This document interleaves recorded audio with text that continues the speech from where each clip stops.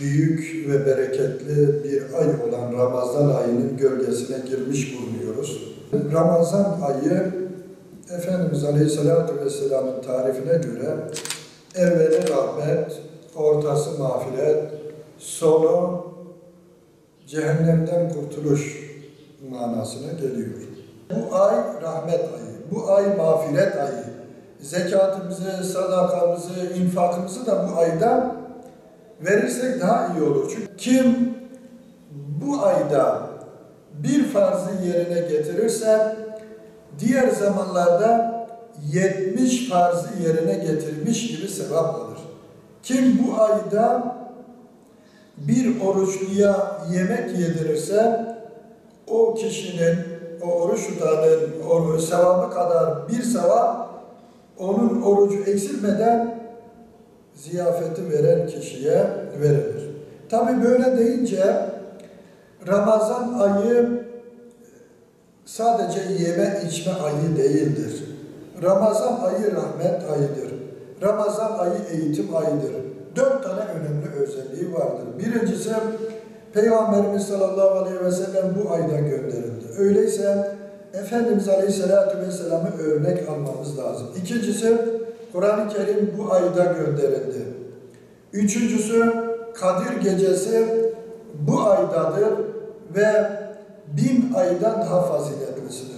Dördüncüsü, oruç bu ayda tutulur. Onun için bu aya gerekli ihtimamı göstermemiz lazım. Bu ayda adeta kalbimiz itminan olması gerekir. Çünkü Rabbimiz buyuruyor ki, dikkat edin, kalpler ancak Allah'ın zikriyle mutmain olur, huzura erer. Yani dünyadaki ne mal, ne makam, ne başka bir şey insanı huzura kavuşturmaz. İnsanı huzura kavuşturan Allah'ı zikretmek, ona ibadet etmek, onu bilmek, onun yolunda yürümenin kalbe itminan ettiğini, tatmin ettiğini, huzura erdiğini Rabbimiz Kur'an-ı Kerim'de bize açıklıyor. Efendimiz Aleyhisselatü Vesselam özellikle Ramazan'ın son 10 günü geldiğinde bir camiye kapanır ve orada tamamıyla kendini ibadete veriyordu.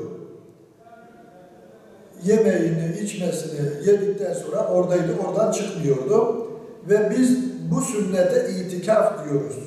Ayette bunun dayanağı vardır.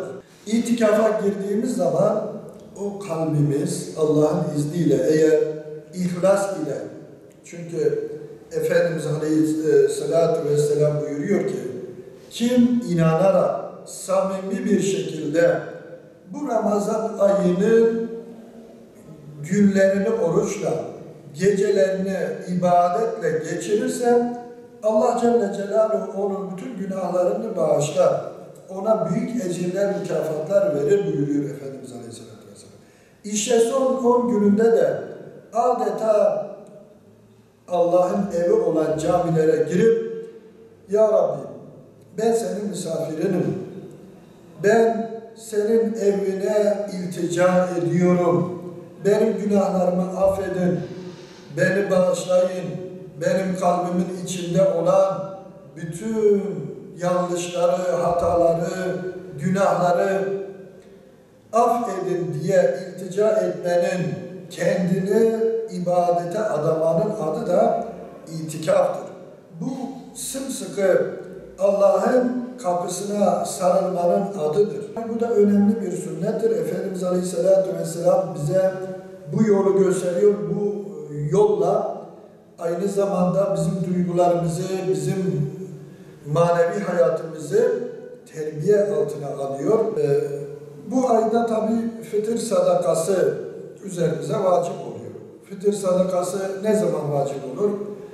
Bütün alimlerimiz ittifakına göre bir Ramazan'da artık fıtır sadakası verebiliyoruz. Ramazan bayramına kadar fıtır sadakasını vermemiz gerekiyor. Bir de zekat var. Zekat da bu ayda veriyor genelde. Bu ayda veriliyor çünkü bu ayın sevap açısından değeri daha fazladır da Müslümanlar genel itibariyle Ramazan ayını tercih ediyorlar. Onun için malı olan kişi, nisap miktarı mal dediğimiz asli ihtiyaçlar dışında 80 gram altını olan Müslüman o malın zekatını vermelidir. Hububattan mesela bu arpa olur, buğday olur, mercimek olur, bu tür tahıldan elde edilen ürün eğer kuru ise yani Allah'ın rahmetiyle sulanıyor, ayrıca bir zahmet verip sulanmıyorsa onda bir. Eğer kendisi de bir zahmete giriyor, bir harcamaya giriyor da bir ürünü suluyorsa o 20'de 1 oranında zekata tabidir, zekat vermesi gerekir. Bu zekatı tabi bunun zekatı ne diyoruz? Öşür diyoruz. Genel itibariyle onda bir yani kuru olduğu için.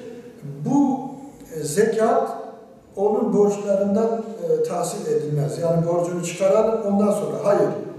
Ayet-i Kerime buyuruyor ki yerden çıkan üründen yani o yerden çıkan ne ürün varsa o ürünü özellikle tahıllar için söylüyorum onda birini fakirlere tasadduk etmesi, vermesi gerekiyor. Yani Rabbimiz Celle Celaluhu buyuruyor ki bak sen buraya bir şeyler ektin.